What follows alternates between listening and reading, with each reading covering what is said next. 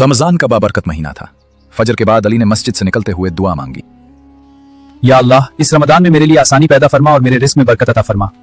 दिन ही चढ़ा था कि अली की छोटी दुकान आग लगने से जल गए। सामान राख हो गया और अली पर गम छा गया। रमजान में ऐसी मुसीबत। अली का दिल टूट गया, मगर जबान से शिकवा ना निकला। खुद को संभाला और सब्र को थाम लिया। उसने वुजू किया, जाए नमाज बिछाई और आसमान की तरफ हाथ उठाकर कहा, या अल्लाह, जो दिया वो भी तेरा था, जो ले लिया उसमें भी तेरी हिकमत है। मैं राजी हूं, तू भी मुझसे राजी हो जा। चंद दिन गुजरे। मोहल्ले वालों ने अली का सब्र देखा, उसकी खामोशी में छुपी हुई ताकत को महसूस किया। किसी ने आर्जी काम दिया, किसी ने माली मदद की और किसी ने नई दुकान के लिए जगह फराहम कर दी। आहिस्ता आहिस्ता अली की जिंदगी फिर से संभलने लगी। तब अली को समझ आया कि रमजान की मुसीबत दरअसल सजा नहीं होती, बल्कि अल्लाह की तरफ से आजमाइश और कुर्ब का रास्ता होती है।